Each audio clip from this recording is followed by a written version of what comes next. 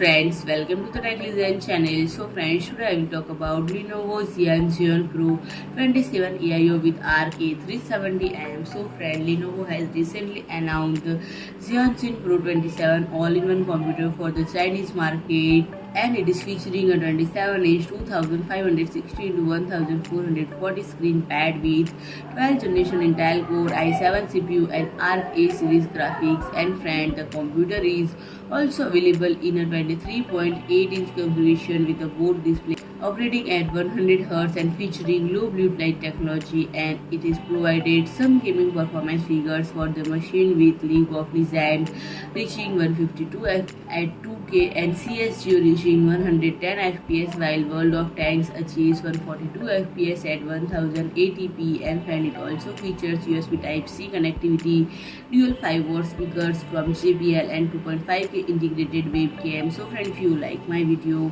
please do like, share and comment, and don't forget to subscribe my channel and press the bell icon.